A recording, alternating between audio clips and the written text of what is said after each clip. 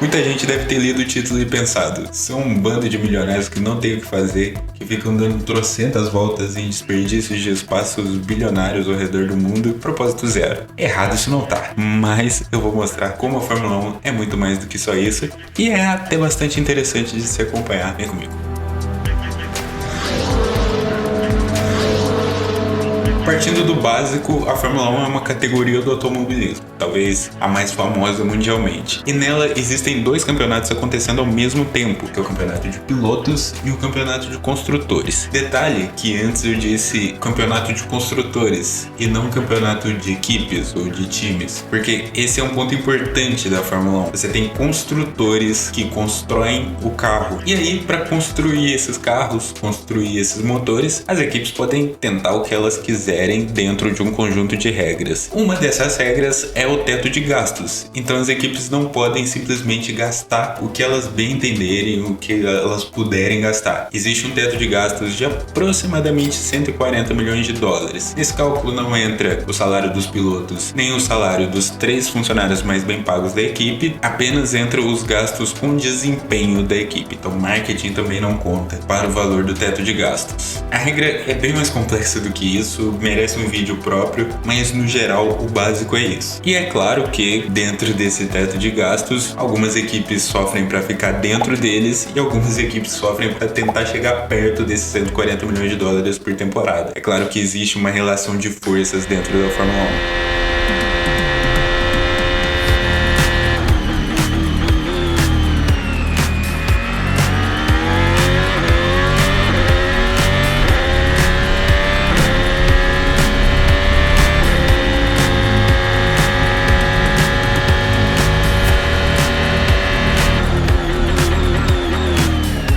A Fórmula 1 se trata de uma competição com muito dinheiro envolvido. Você precisar ser o melhor nos mínimos detalhes, tem muita tecnologia envolvida. As equipes gastam muitas horas em simulações computadorizadas de aerodinâmica, túnel de vento, testes, entre outras várias coisas que gastam muito dinheiro para tentar acharem o melhor conjunto, o melhor pacote para o carro que eles vão construir para uma temporada. E como eu disse, é uma categoria que cobra uma precisão absurda, literalmente milimétrica. Cada milímetro que o carro é mais baixo, ele pode ganhar 3 centésimos em uma volta. Parece pouco, mas é muito quando se trata de Fórmula 1. Em uma volta faz diferença, pode ser a diferença entre você largar em primeiro ou largar em segundo, que pode ser a diferença entre você ganhar ou perder um campeonato inteiro. Além disso, na Fórmula 1 tudo pode mudar muito rápido. Um detalhe que muda, por exemplo, uma nuvem cobre o sol, a pista começa a esfriar e os pneus também. As equipes têm que estar cientes disso, elas têm que ter sensores de temperatura nos pneus para saberem que quando o pneu esfria, você tem uma perda de aderência. Eu sei, tá ficando um pouco complexo, calma que eu vou tentar não entrar tanto em detalhes. Mas já que eu toquei no assunto dos pneus, é legal falar como os pneus da Fórmula 1 funcionam, para vocês não se perderem na hora que forem assistir uma corrida e ficarem, ué, ele trocou pneu? Mas para que pneu ele trocou? O que isso muda para ele quando existe uma troca de pneu? Basicamente existem 5 compostos de pista seca e 2 compostos de pista molhada. Os de pista molhada são o verde intermediário e o azul de chuva. O azul ele dissipa mais água, ele tem mais espaços vazios que a água pode entrar e é expulsa dele, então ele gera mais aderência quando a pista está bastante molhada. O intermediário tem menos espaço, dissipa menos água, quando a pista não está tão molhada ele é utilizado. Agora os 5 compostos de pista seca são simples, mas nem tanto. São C1, C2, C3, C4 e C5. São nomes complicados, mas já vai dar para você entender. Mas qual a diferença entre eles? Bom, o C1 ele é o pneu mais duro e o C5 ele é o pneu mais macio. Entre eles vão gradativamente amaciando. Mas o que significa um pneu ser mais macio? Basicamente ele se adapta melhor ao asfalto, à pista, gerando mais aderência e logicamente sendo mais rápido. O pneu mais duro ele não se adapta tanto, mas a borracha mais dura faz ela ser mais durável do que os compostos mais macios. Na corrida você não vai ver esses 5 compostos sendo utilizados. Por quê? Porque a Pirelli seleciona 3 deles para serem o duro, o médio e o macio, para ficar fácil de entender. Então, basicamente, como é que funciona? A Pirelli, dependendo da pista, da abrasividade do asfalto, do tipo de curvas, clima, esse tipo de coisa, a Pirelli seleciona. Então, por exemplo, para uma pista como é que vai ser o próximo GP, no momento que eu tô gravando, se seleciona a gama mais dura, porque é uma pista que degrada bastante os pneus, tem muitas curvas rápidas. Então, o que é selecionar a gama mais dura? Você pega C1, C2 e C3. Então, o C1 vai ser o duro, o C2 vai ser o médio e o C3 vai ser o macio. Para você identificar na hora de ver a corrida, o duro é o branco, o médio é o amarelo e o macio é vermelho. É simples de entender. Agora, em outras pistas, a Pirelli pode selecionar a gama mais macia, que é C3, C4 e C5. E aí, o que vai acontecer? O C3 se torna o duro, o C4 o médio e o C5 o macio. No geral, o que você precisa entender é que o duro é branco, o médio é amarelo e o macio é vermelho. Só isso que precisa ser entendido na hora que você sentar domingo de manhã para assistir uma corrida.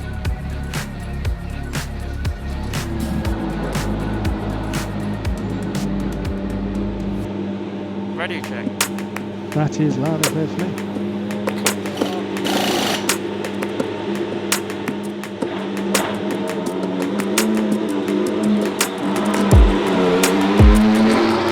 Coisa que talvez você se pergunte ao pensar em assistir Fórmula 1 é: será que os carros de Fórmula 1 poluem muito? Ou a Fórmula 1 polui muito? Na verdade, o motor de Fórmula 1 polui pouco. A especificação dele é um V6 turbo híbrido de 1.6 litros. Calma que eu vou explicar o que cada uma dessas palavras significa. V6 quer dizer que o motor tem 6 cilindros, onde acontecem as explosões que fazem o carro se movimentar. O V vem do formato do motor, que é em V, tem cilindros para cá e cilindros para cá, 3 de um lado e 3 do outro. A Fórmula 1 já usou motores V12, V10, V8 que são bem maiores e consomem bem mais combustível. O turbo é um componente interessante que ele usa os gases das explosões que acontecem dentro do motor a combustão para injetar mais ar que vai ser usado em novas explosões, assim gerando mais potência no motor. Então, um motor com o mesmo tamanho, com um turbo, ele fica mais potente, mesmo consumindo a mesma quantidade de combustível.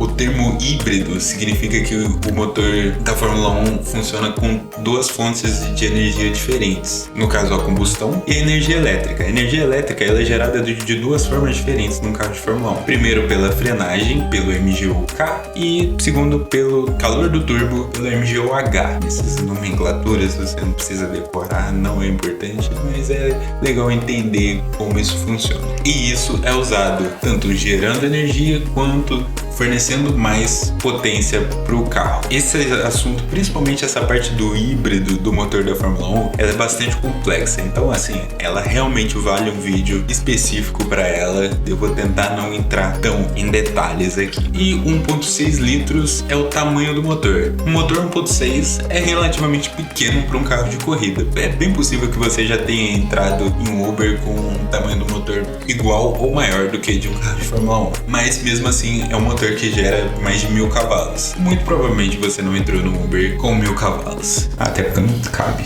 Mas mesmo que o motor seja muito econômico e não gere tantos gases poluentes, o combustível também tem uma grande porcentagem de etanol, o que é bastante interessante para o meio ambiente. Não é só assim que você gera poluentes. Por exemplo, os pneus geram poluentes. Você gasta, por regra, você tem que usar 2 compostos diferentes por corrida, a não ser que você use um composto intermediário ou de chuva. Mas isso gera lixo. O que acontece com esses pneus? Bom, a Pirelli recicla todos eles. Então, ponto para Pirelli. É claro que a gente sabe que a Fórmula 1 pagar de amiga do meio ambiente, ter um motor que não consome tanto, fazer reciclagem dos pneus, é algo meio que comercial e de marketing. O que realmente polui de todo o esquema da Fórmula 1 é a logística. Você levar todo o circo da Fórmula 1, que é o que a gente chama, que são os motorhomes, os carros, as peças, as pessoas, membros da equipe, jornalistas, pilotos, fotógrafos, fotógrafos, levar tudo isso de um lado para o outro do mundo emite muitos gases poluentes, como aviões, navios, caminhões. E um agravante para isso é que o calendário da Fórmula 1 ele não é organizado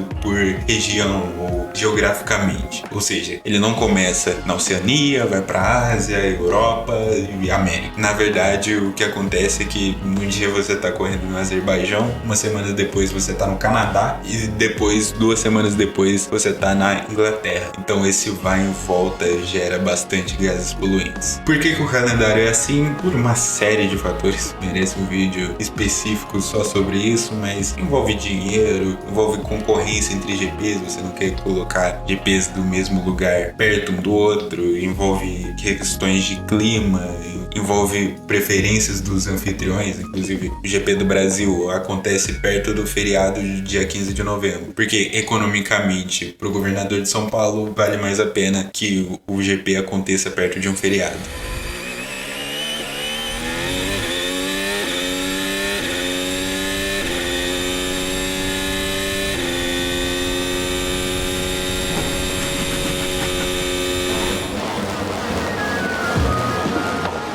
Mas outra coisa que você pode perguntar é por que o carro de Fórmula 1 é assim? Bom, primeiro que ele é monoposto, que é um tipo de carro de corrida que cabe uma pessoa só o piloto, e ele é o open wheel, ou roda exposta, roda aberta, que são carros que não tem uma cobertura para as rodas. Mas por que ele é assim? Bom, basicamente por 2 motivos principais. O primeiro é gerar aderência, dentro disso você quer gerar aderência de 2 maneiras diferentes, e o segundo é para gerar pouco arrasto, ganhar velocidade de reta. Eu vou falar mais um pouco sobre isso daqui a pouco. Primeiro falando sobre gerar aderência. Você pode gerar aderência mecânica ou aerodinamicamente. Mecanicamente, você faz com um carro leve, baixo e largo, que gera um centro de gravidade baixo, que deixa ele bastante estável nas curvas. Basicamente é isso. Tô resumindo muito questões importantes aqui. Suspensão, eu não tô tocando nesse assunto, mas complica muito a discussão, então é melhor manter nesse raciocínio. Segundo, aerodinamicamente. O carro de Fórmula 1 tem várias asas e outros elementos que funcionam quase como um avião de ponta cabeça. Em vez dele querer decolar, ele quer grudar no chão. Para quê? Para ter aderência. Você faz uma curva rápida, você tá a 200 km por hora, o ar a 200 km por hora empurra o carro para baixo para garantir aderência para o piloto. Agora falando sobre o arrasto, é por isso que o carro de Fórmula 1 ele tem vários espaços vazios. Diferente de um carro de rua, ele não é todo fechado, ele é todo aberto. Por quê? Para o ar não encontrar o que bater ou o que segurar o carro. Ele passa direto pelo carro, gerando pouco arrasto. Arrasto é o fenômeno de o ar basicamente segurar o carro. Ele não deixar o carro ganhar velocidade por ter o ar segurando ele de certa forma. E aí a gente entra num ponto muito importante, que as asas, para gerar aderência, elas têm que gerar arrasto também. E aí a gente entra numa questão interessante da Fórmula 1, que talvez muita gente que tenha assistido uma corrida ou outra pode ter ficado um pouco perdida, que é o nomezinho, as 3 letrinhas sagradas da Fórmula 1, que são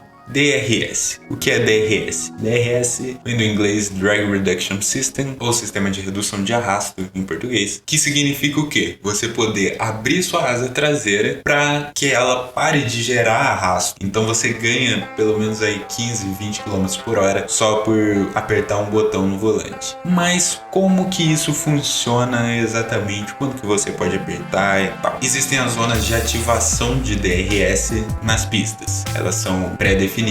Você não pode abrir o DRS em qualquer lugar da pista, por motivo de segurança e até de competição. Só dentro dessas zonas de ativação do DRS, o piloto pode apertar um botão no volante que vai abrir a asa traseira e ele vai ganhar velocidade. Mas na corrida ele é usado de uma maneira um pouco diferente. Ele foi criado para, de certa forma, criar uma competitividade e melhorar a qualidade das corridas, já que os carros iam ficando muito complexos aerodinamicamente e isso dificultava ultrapassagens. Muita gente pode falar, mas e o vácuo? O vácuo já não é suficiente? Sim. O que é o vácuo? Basicamente, o carro que está na frente, ele abre caminho do ar, diminuindo o arrasto que o carro de trás recebe. Ou seja, o carro de trás fica mais rápido que o carro da frente, simplesmente por estar atrás. Isso funciona apenas nas retas. Nos trechos mais sinuosos, onde tem mais curvas e tal, o efeito é praticamente o contrário. O princípio é o mesmo, o carro da frente abre caminho do ar para o carro de trás, mas em curvas você não quer que abram o caminho para você. Você precisa desse ar, você precisa desse arrasto para gerar aderência, como eu disse anteriormente. Então você perde tempo simplesmente por estar atrás de um carro. No geral, você ganha mais tempo ou perde mais tempo numa volta por estar atrás de um carro? Você perde mais tempo. Então, por isso foi criado o DRS. Como que ele funciona nas corridas? Você tem, além da zona de ativação do DRS, você tem a zona de detecção do DRS. Geralmente ela fica uma curva antes, um pouquinho antes da zona de ativação. Nessa zona de detecção é basicamente um sensor que mede o tempo. Para explicar bem didaticamente, passou um carro, ele começa a contar um cronômetro. Se menos de um segundo depois outro carro passar, esse outro carro vai poder ativar o DRS na zona de ativação. E esses 15, 20 km